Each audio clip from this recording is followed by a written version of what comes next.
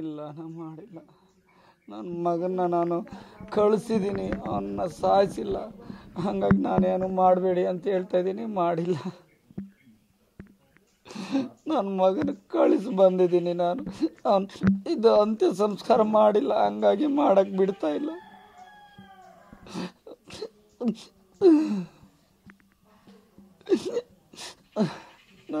ನನ್ನ ಮಗ ಚಿನ್ನದಂಗಿದ್ದ. ನನ್ನ ಮಗ ಯಾವುದನ್ನು ಇಷ್ಟಪಡ್ತಾ ಇರಲಿಲ್ಲ, ಯಾವುದಕ್ಕೂ ಇದು ಮಾಡ್ತಾ ಇರಲಿಲ್ಲ ಅಂತಂದು ಕಳಿಸಿರೋ ದಸೆಯಿಂದ ನಾನು ಏನನ್ನು ಮಾಡಕ್ಕೆ ಬಿಟ್ಟಿಲ್ಲ.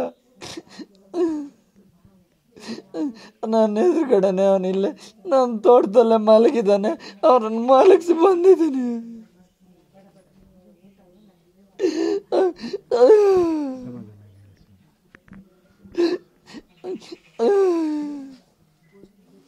ಈಗ ಮಗನಿಗೊಂದು ಭವಿಷ್ಯ ಕಟ್ಕೊಡ್ಬೇಕು, ಮಗ ಹಿಂಗಿರ್ಬೇಕು, ಎಲ್ಲ ಕನಸುಗಳು ಕಟ್ಟಿದ್ರಿ, ಎಲ್ಲ ಕನಸುಗಳು ಆಯಿತು.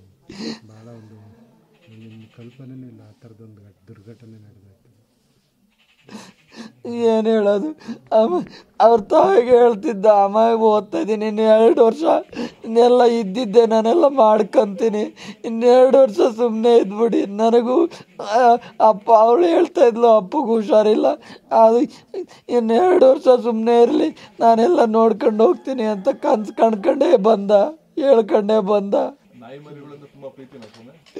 ನಾಯಿನ ಪ್ರಾಣ ಕೊಡ್ತಾ ಇದ್ದ ನಾಯಿ. ಅವನ ಅಂತ್ಯ ಸಂಸ್ಕಾರ ಬೆಳಗ್ಗೆ ಎದ್ದು ರಾತ್ರಿ ಎದ್ದು ಅಣ್ಣಗೆ ಏನಾರು ತಗೊಂಡೋಗಿ ಕೊಡೋ ಅಂದ್ರೆ ಕಾಫಿ ನೀರು ಟೀ ಎಲ್ಲ ತಗೊಂಡೋಗಿ ಕೊಡ್ತಾ ಇದ್ದ ಅವನಿಗೆ, ಅವನ ರೂಮಿಗೆ. ಅಷ್ಟು ಪ್ರೀತಿ ಮಾಡ್ತಾ ಇದ್ದ. ಇವನು ಅಷ್ಟೇ ಪ್ರೀತಿ ಮಾಡ್ತಾ ಇದ್ದ ಅವನು.